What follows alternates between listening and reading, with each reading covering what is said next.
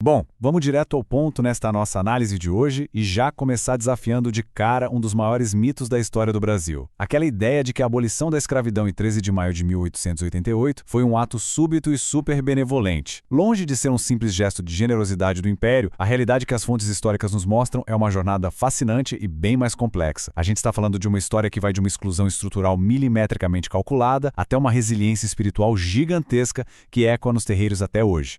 Para entender tudo isso, a gente vai passar por 5 pontos centrais: a ilusão da liberdade, a engenharia da exclusão, o protagonismo abolicionista negro, a sagrada linha das almas e, por fim, o conceito de uma abolição inacabada. Começando pela nossa primeira parte, a ilusão da liberdade e o lento colapso do sistema escravista brasileiro. Analisando o cenário antes de 1888, os dados mostram uma resposta muito, mas muito lenta do Império. Pressionados pela lei britânica Bill Aberdeen de 1845 e pelas mudanças econômicas da indústria do café, eles adotaram uma estratégia clara de, basicamente, empurrar com a barriga. Cada uma dessas leis servia para atrasar a liberdade real. A lei do ventre livre, por exemplo, mantinha os jovens presos ao trabalho até os 21 anos. Já a lei dos sexagenários, como os historiadores apontam, era na prática uma manobra para livrar os senhores do custo de manter os idosos. Tudo muito bem calculado. E isso nos leva à segunda parte da nossa análise, a engenharia da exclusão, ou a armadilha calculada da chamada abolição negativa. As fontes chamam esse processo exatamente de abolição negativa. E por quê? Porque a obrigação de abrigar e alimentar as pessoas escravizadas acabou, só que zero suporte estrutural foi oferecido no lugar. É só observar. Quando aquela liberdade de papel finalmente chegou em 1888, a Lei de Terras de 1850 já estava em vigor há muito tempo. E o que ela fez? Ela garantiu que a terra rural fosse privatizada e só pudesse ser acessada através da compra, isolando completamente e de propósito a população recém-liberta que não tinha capital nenhum. Avançando para o nosso terceiro ponto, o protagonismo abolicionista negro e quem foram os verdadeiros arquitetos da liberdade brasileira. A gente precisa urgente além daquele mito de que a liberdade veio por causa de uma única assinatura real. O movimento abolicionista foi, na verdade, uma resistência negra brilhantemente orquestrada em várias frentes. Luiz Gama, por exemplo, implodiu o sistema por dentro usando os tribunais para garantir libertações legais. O engenheiro André Rebouças já escancarava a necessidade de uma reforma agrária e de integração econômica. E o José do Patrocínio, no jornalismo, inflamava o povo. Eles provam, sem sombra de dúvida, que a abolição foi conquistada através de uma pressão popular e intelectual irresistível. O que nos traz uma virada fascinante nessa história toda. Se a abolição formal foi uma liberdade tão incompleta e cheia de armadilhas, como é que o dia 13 de maio ainda guarda tanta força hoje? A resposta está em como as religiões afro-brasileiras pegaram uma data marcada por traições sistêmicas e, de forma genial, a transformaram em algo espiritualmente triunfante. Entramos então na nossa quarta parte, a sagrada linha das almas e a ressignificação espiritual do 13 de maio.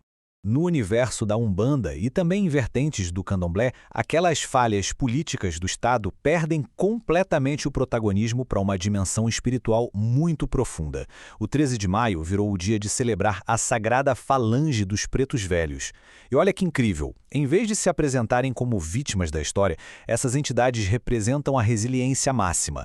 Eles nos mostram que, enquanto o governo dava uma liberdade super frágil no papel, a verdadeira liberdade, aquela do espírito, já vinha sendo mantida viva lá dentro das senzalas, através da fé e de uma ciência ancestral muito complexa.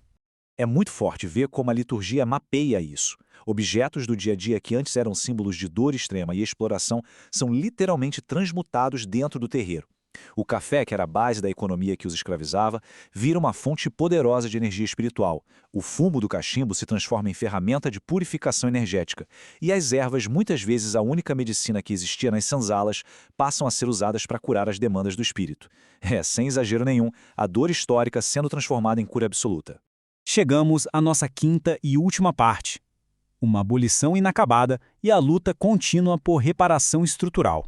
Logo depois de 1888, as pesquisas mostram que o Estado basicamente trocou o controle da propriedade por um controle penal fortíssimo, criminalizando logo de cara a capoeira e as religiões de matriz africana no Código Penal de 1890. E isso contextualiza muito o debate atual sobre as datas, né? O 20 de novembro foca com toda a justiça na autoemancipação do guerreiro Zumbi dos Palmares, mas o 13 de maio continua sendo vital como o Maio Negro. Não para agradecer a uma concessão, claro que não, mas para honrar essa resiliência sábia dos ancestrais e refletir seriamente sobre as estruturas que ficaram de uma abolição feita pela METAB.